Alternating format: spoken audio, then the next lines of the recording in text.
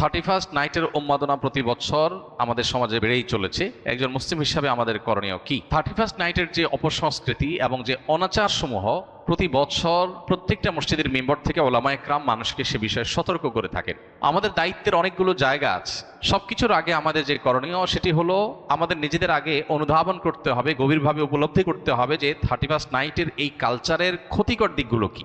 একটা বিষয় তো পরিষ্কার, সেটা হলো আল্লাহ রাব্বুল আলামিন কোরআনে কারিমে সূরা হাশরে বলেছেন, ওয়ালা তাকুনু কাল্লাযীনা নাসাল্লাহা ফাআনসাহুম আনফুসাহুম। তোমরা সেই মানুষদের মতো হয়েও না যারা আত্মভোলা হয়ে গেছে, নিজের গন্তব্য, নিজের পরিণতি, পরিণাম, নিজের আত্মপরিচয় এগুলো যারা ভুলে গেছে, যারা উন্মাদনায় গা ভাসিয়ে দিয়েছে, যারা ভোগবাদে ডুবে গেছে, ডুবে গিয়ে তারা নিজেদের আল্লাহকে ভুলে বসে আছে। তো এই মানুষগুলো মতো তোমরা হয়েও না। যারা আল্লাহকে ভুলে বসে থাকে, গাফেল হয়ে যায়, সে মানুষগুলো তাদেরকে আল্লাহ তাআলা আত্মভোলা করে দেয়। নিজের ভালো মন্দ সে বুঝে না, নিজের ধ্বংস নিজে ডেকে আনে। এই সমস্ত অপসংস্কৃতির মধ্যে যারা হাবুডুবু খাচ্ছে, সেই তারুণ্যকে বিশেষ করে বলতে চাই, তারা আল্লাহকে ভুলে গেছেন। আল্লাহর স্মরণ যদি কারোর থাকে, আল্লাহর প্রতি বিশ্বাস যদি কারোর থাকে, আল্লাহর চিন্তা যদি কারোর মধ্যে জাগরুক থাকে, তাহলে সে কখনো আত্মভোলা হয় না। তার ভালো মন্দ সে বুঝে। মানুষ নিজের ধ্বংস নিজে ডেকে আনে তখনই যখন সে আল্লাহকে ভুলে যায়। আল্লাহ বলেছেন, সে আল্লাহ ভোলা মানুষের মতো হয়েও না, যারা আল্লাহ ভোলা হওয়ার কারণে আল্লাহ তাদেরকে নিজেদের ব্যাপারে আত্মভোলা করে দেয়। যে সমস্ত তরুণরা এই সমস্ত উন্মাদনায় লিপ্ত, তারা নিজেরাও জানে না তারা কিভাবে নিজেদের ধ্বংস ডেকে আনছে, নিজেদেরকে ক্ষতির মধ্যে ফেলছে, তাদের মাধ্যমে অন্য অনেককে ক্ষতিগ্রস্ত করছে। এই চিন্তাটুকু পর্যন্ত তাদের নাই, আত্মভোলা হয়ে গেছে। হিতাহিত জ্ঞান তাদের মধ্য থেকে দূর হয়ে গেছে, কারণ তারা আল্লাহকে ভুলেছে। তো এই বিষয়টি আমাদের অন্তরে গেঁথে যাওয়া উচিত যে আমরা আল্লাহকে যদি সবসময় স্মরণে রাখি, তাহলে কোনো মানুষ, কোনো পাখি, কোনো অসুস্থ মানুষ, কোনো ঘুমন্ত মানুষ আমার দ্বারা কষ্ট পেতে পারে না। দ্বিতীয়ত, 31st নাইটের এই কালচার এটি এসেছে মূলত অগ্নিপূজকদের থেকে। অগ্নিপূজক বা প্রকৃতি পূজারী যারা ছিল, সেই পেগানদের মধ্যে একটা ধারণা ছিল বছরের প্রথম দিনের প্রথম মুহূর্তকে আনন্দ, উৎসব, হই হুল্লোড়, ভালো মন্দ খেয়ে কাটালে সারা বছর ভালো থাকা যায়। এই বিশ্বাসটা কি কোনো বৈজ্ঞানিক বিশ্বাস, বিজ্ঞান ভিত্তিক বিশ্বাস? এটা নিছকই কুসংস্কারাচ্ছন্ন বিশ্বাস। বছরের প্রথম দিন, প্রথম ক্ষণ ভালো খেলে, যদি ভালো কিছু ভোগ উপভোগের মধ্যে থাকলে যদি সারা বছর ভালো থাকা যায়, তাহলে প্রতিদিন সকালবেলা মানুষ ভালো খাইলে সারাদিন ভালো থাকবে। ব্যাপারটা কি সেরকম ঘটে? প্রিয় ভাইরা আমার, আমরা যারা নিজেদেরকে মুসলমান হিসেবে দাবি করি, আমাদের জন্য তো এই কালচারে গা ডুবাবার কোনো সুযোগই নেই। যে সমস্ত মানুষরা নিজেদেরকে তথাকথিত বিজ্ঞান মনস্ক বলে, তারা কোন যুক্তিতে, কোন চিন্তায় বছরের প্রথম মুহূর্তকে আনন্দ করে হই হুল্লোড় করে কাটায়? কি কারণে? কোনো যৌক্তিক কারণ ছাড়া কেউ যদি হাসে, যৌক্তিক কোনো কারণ ছাড়া যদি কেউ কাঁদে, তাহলে তাকে আমরা বলি পাগল বা অসুস্থ, বিকৃত মস্তিষ্ক। হঠাৎ করে বছরের 365 রাতের মধ্যে একটি রাতে এসে 12টা 1 মিনিট আপনি আনন্দ করছেন, হই হুল্লোড় করছেন, আতশবাজি করছেন, পটকা ফুটাচ্ছেন, 12টা 1 মিনিট হওয়ার সাথে সাথে লাফালাফি শুরু করছেন। কারণটা কি? কি এমন হয়েছে যে আপনি লাফালাফি করছেন? অথচ তেমন কিছু হয়নি। হ্যাঁ, একটা নতুন বছর শুরু হয়েছে। এই বছরটা খ্রিস্টীয় বর্ষ, খ্রিস্টানদের ধর্ম সংশ্লিষ্ট একটা বছর শুরু হয়েছে। তো তাতে আপনার এত খুশি হওয়ার কি আছে? যদি বলেন যে নতুন বছর হলে আনন্দ উল্লাস করতে হয়, তো নতুন বছর তো আরো আছে, এটাতেই কেন শুধু আনন্দ উল্লাস করেন? তাছাড়া যার আগমন আপনার আনন্দের কারণ হয়, তার বিদায় তো বেদনার কারণ হওয়ার কথা। যে মুহূর্তকে ওয়েলকাম করে আপনি আনন্দিত হচ্ছেন, উল্লাস করছেন, সেটি নতুন একটি বছরের একটি মুহূর্ত। সেটা যদি আপনার আনন্দের কারণ হয়, তাহলে তার এক মুহূর্ত আগেই তো আরেকটি বছরের বিদায় ঘটেছে, তখন তো আপনি কাঁদেননি। যে আসলে আপনি খুশি হয়ে যাচ্ছেন, তার বিদায় তো আপনার ব্যতীত হওয়ার কথা, কিন্তু সেটা তো হচ্ছেন না। তাহলে বোঝা গেল এটা একটা অযৌক্তিক উৎসব, যে উৎসবের পেছনে কোনো লজিক্যাল গ্রাউন্ড নাই, কোনো যৌক্তিকতা নাই, হাসির কোনো কারণ নাই। এই উন্মাদনা, এটা কুসংস্কারাচ্ছন্ন বিশ্বাস থেকে আসছে। এই চিন্তা, এই ভাবনা আমাদের নিজেদেরকে আগে ভালো করে রপ্ত করতে হবে, এরপর আমাদের তরুণদেরকে বোঝাতে হবে। এরপরে যে বিষয়টি আমাদের লক্ষ্য করা দরকার, সেটি হলো আমরা প্রতি বছর দেখি এই আতশবাজির ফলে আমাদের সমাজে মানুষের জীবনের নিরাপত্তা এটা হুমকিতে পড়ে, স্বাস্থ্য ঝুঁকি তৈরি হয়, পরিবেশ বিপর্যস্ত হয়, তরুণদের মধ্যে ভোগবাদের উন্মাদনা তৈরি হয়, নীতি নৈতিকতা আখলাক এটার অবক্ষয় ঘটে। এই সবগুলো বিষয় এই একটি অপসংস্কৃতির মধ্যে আছে। অন্য কোনো অপসংস্কৃতির একটার মধ্যে এত খারাপ দিক নাই।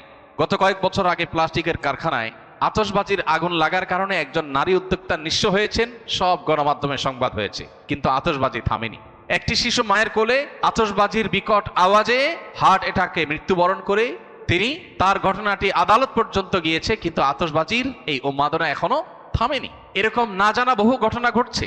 প্রতি বছর আমরা দেখতে পাই বিভিন্ন ভিডিও ফুটেজে যে বিভিন্ন জায়গায় অসংখ্য পাখি মরে পড়ে আছে। কারণ আতশবাজির যে ধোঁয়া, এই ধোঁয়া এতটা বিষাক্ত যে এ বিষয়ে বিশেষজ্ঞগণ বলেন যে পার্টিকুলেট ম্যাটারের পরিমাণ আকাশে সাধারণত যা থাকে তার চেয়ে কয়েক গুণ বেড়ে যায় আতশবাজির আগুনের ফলে। এর কারণে বৃদ্ধ, শিশু, শ্বাসকষ্টে ভোগা রোগীরা যারা আছেন, এটা তাদের জন্য অনেকটা নীরব ঘাতকের মতো ভূমিকা আসে এবং তাদের জীবনকে ধ্বংসের দিকে নিয়ে যায়। ঠিক একইভাবে এই বিকট আওয়াজের কারণে মানুষের কানের যে সহ্য ক্ষমতা আছে সেটার চাইতে বেশ খানিকটা বেশি আওয়াজ তৈরি হওয়ার কারণে এর ফলে মানুষের হার্ট অ্যাটাকের সম্ভাবনা তৈরি হয়, অসুস্থ মানুষদের আরো অসুস্থ হওয়ার, মৃত্যুর মুখে ঢলে পড়ার আশঙ্কা তৈরি হয়। পশু পাখি, বিশেষ করে ছোট ছোট পাখিগুলো যেগুলো আছে, সেগুলো মৃত্যুর কারণ হয় হার্ট অ্যাটাকের কারণে। অতএব এ ধরনের একটা স্বাস্থ্য ঝুঁকি আছে। ঢাকা শহর, চিটাং শহর সহ গোটা বাংলাদেশের সব শহরগুলো প্রায় বৈদ্যুতিক তারের যে জাল, সে জালের নিচে, মাথার উপরে বৈদ্যুতিক তারের বিশাল বেছানো জাল যে শহরে আছে, সেই শহরে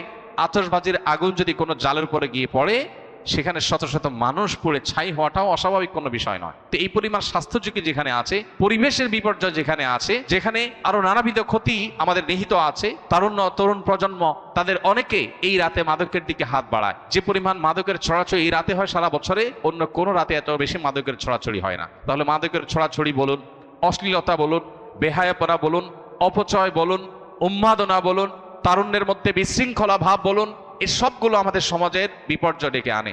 এই একটা অনাচারের পেছনে এতগুলো বিপর্যয় যখন আছে, সামাজিকভাবে আমাদের কর্তব্য হলো এগুলোর বিরুদ্ধে প্রতিরোধ গড়ে তোলা। আমি আইন হাতে তুলে নিতে কাউকে বলছি না। আমি বলছি যে আইন শৃঙ্খলা রক্ষাকারী বাহিনী প্রতি বছর নিষেধাজ্ঞা আরোপ করে, কোনো প্রকার পটকা যেন না ফুটানো হয়, আতশবাজি যেন না করা হয়, কিন্তু কে শুনে কার কথা?